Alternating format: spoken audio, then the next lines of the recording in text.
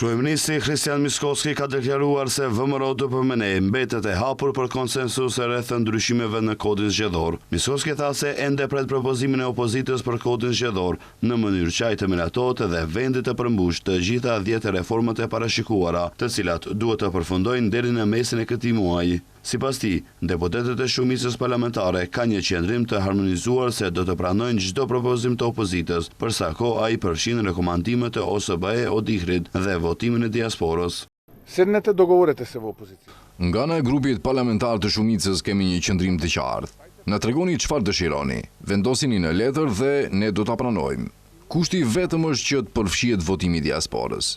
Një njësi zgjedhore, le të jetë një njësi zgjedhore.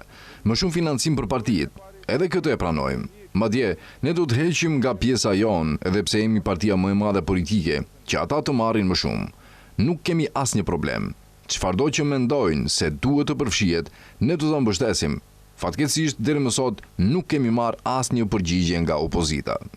Ai sqaroi se mashënia e Veriut kishte 10 reforma që duhet i përfundonte deri në fund të qershorit, por afati është shtyr deri në mesin e korrikut. Sipas tij, kodi zgjedhor është reforma e fundit që duhet të miratohet. Miskovski theksoi se edhe pas disa ditësh, opozita ende nuk ka arritur një qendrim të përbashkët. Ne vlerësojmë se mënyra aktuale e votimit të diasporës nuk i përgjigjet kapacitetit real të mërgjimtarëve.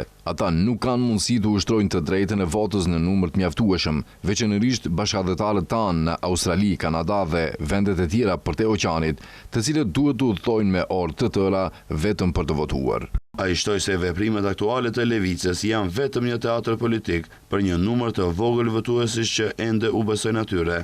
Afati skadon më 15 korrik dhe realizimi i kësaj reforme. Kryeministri tha se varen rreth 4 milion euro që mashënia e Veriut do t'i merrte nga Bashkimi Evropian.